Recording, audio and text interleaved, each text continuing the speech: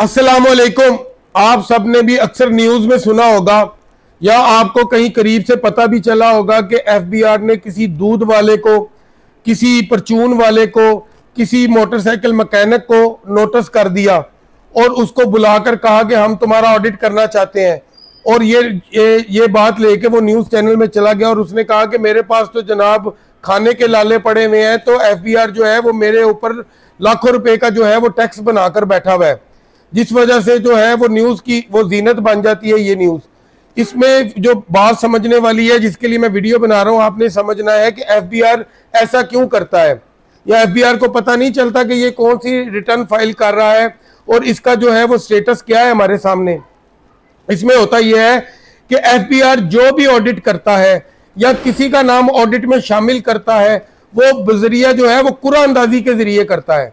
जैसे ही कुरान अंदाजी की जाती है और जिसका नाम उस कुरान अंदाजी में, ये साल में एक दफा होती है, और जिसका नाम उस कुरान अंदाजी में निकलता है उसका जो है वो एफबीआर जो है वो ऑडिट का नोटिस उसको भेज देता है और उसको बुलाया जाता है। अगर आप उस वक्त,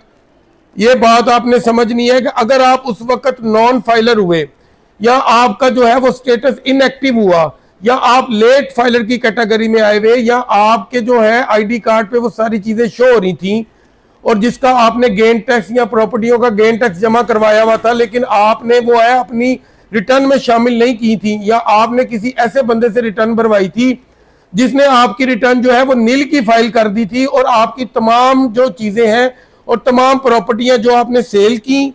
जो आपने परचेज की, वो आपकी रिटर्न में शामिल उस वक्त नहीं हुई होंगी, तो एफबीआर के पास ये इख्तियार है कि वो आपकी वो प्रॉपर्टी फरोख्त करके उसका टैक्स जो है वो वहां से जो है वो बरामद कर सकता है। इसीलिए आपने समझना है और होशियार रहना है ऐसे लोगों से, और आपने कभी भी अपने स्टेटस को जो है वो इनएक्टिव नहीं होने देना और लेट फाइलर की कैटेगरी में नहीं जाना। इससे मुतालिक अगर आपकी कोई क्वेरी हुई तो आप मुझसे जरूर पूछिएगा, मैं आपके हर सवाल का जवाब दूंगा। Thank you so much.